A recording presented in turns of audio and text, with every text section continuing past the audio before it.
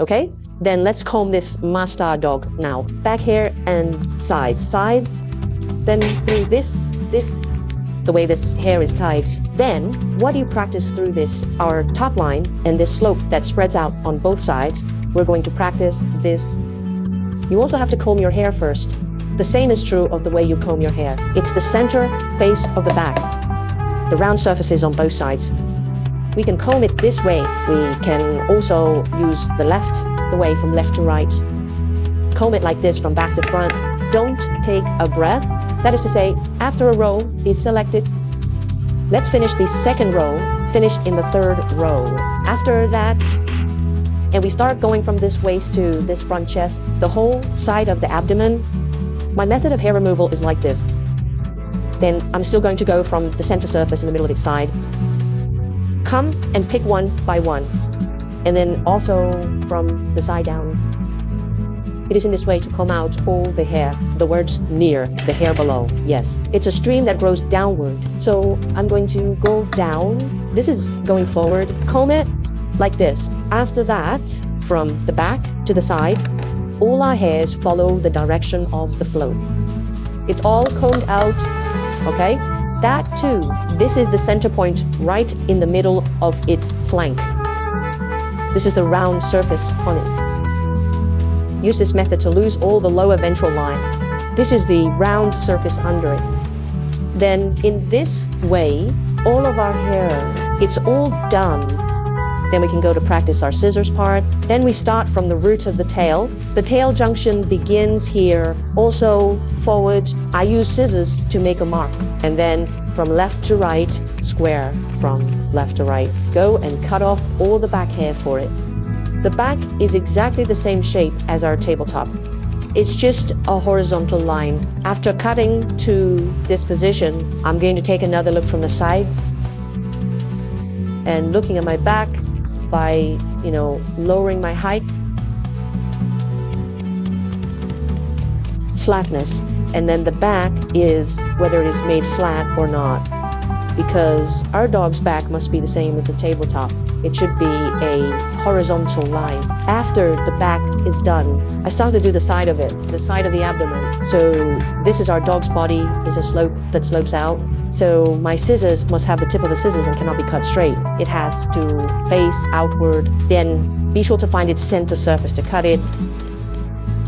Because why cut this side that expands outward is its original structure. The ribs in this section of our ribs are relatively small, and then it's shorter. Then my ribs are getting longer and deeper as they go to the front. When it comes to the previous part, my scissors laid flat again. Cut a flat surface with the tips of the scissors forward. In this way, the center surface of the side of my dog will be cut out. Now it's done on the back. The side is done, so I'm going to do the bottom of it now. Now it's flat, but our dog must be reclined. That is after setting its waist point. I'm going to start here by making a line. Where does this line go? Make an oblique line from the waist, from his end bone to his elbow joint. Then look far away. No problem. In the future, I will follow my line to cut all the inner surface clean. To cut through the lower ventral line. It must be an inclined plane, a slope from his wooden bone to his elbow joint. At this time, we have to bend our heads. You also have to look very carefully at a slope of the lower ventral line. If I stand on this dog's head, facing my situation, mine is big in the front and small in the back. It's this oblique line, so my side of the abdomen must have had the scissors pointed inward from the end of shoulder width to shoulder. The middle is tilted inward. Cut all the way to his last bone.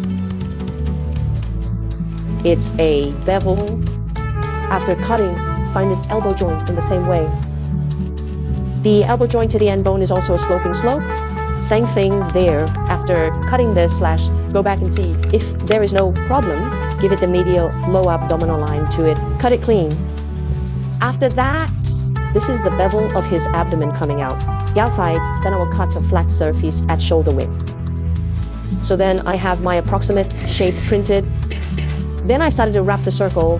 Scissors, if I hold up the model to see, it's all like this. The tip of the scissors is facing the waist.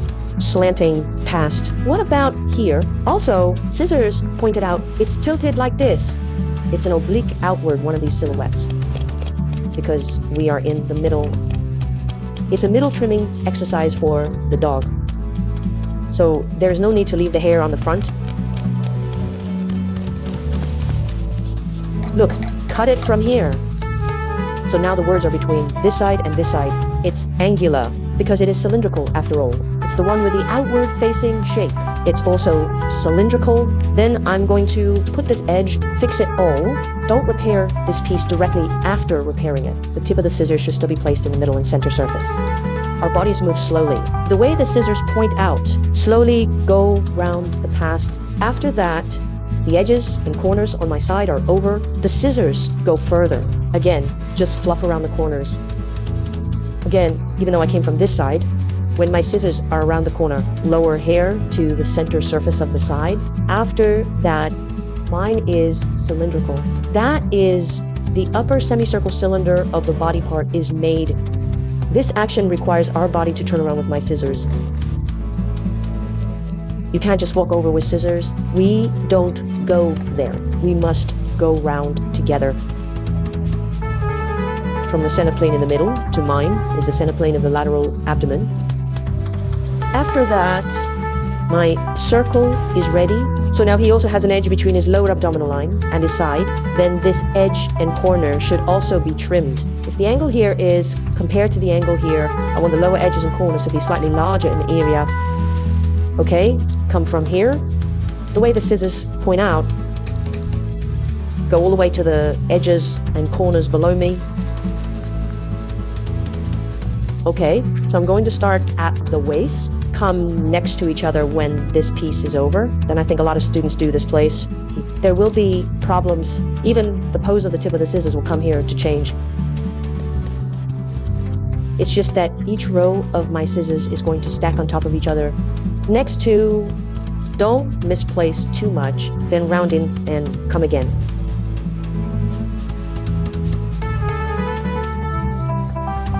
Round the lower ventral line in this way.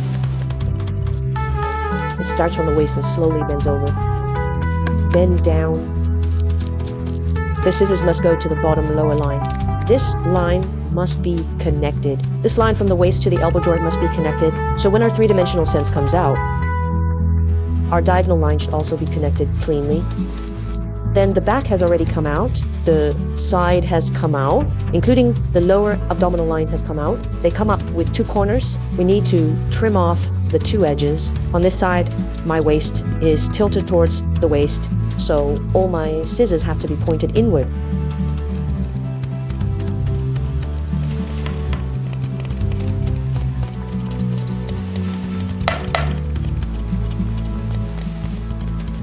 So I can cut it to him. It's the upper waist in the middle. It's that bag circle done. Now start to do his following. It also starts on the back of the elbow joint because it is in the middle. Round up to it is the lower ventral line from the central surface of the back to the central surface of the lateral abdomen. After the circle has passed, after the top semicircle is over, the lower semicircle is also slowly rounded from the middle to his lower abdomen. Then the scissors are also rounded next to each other.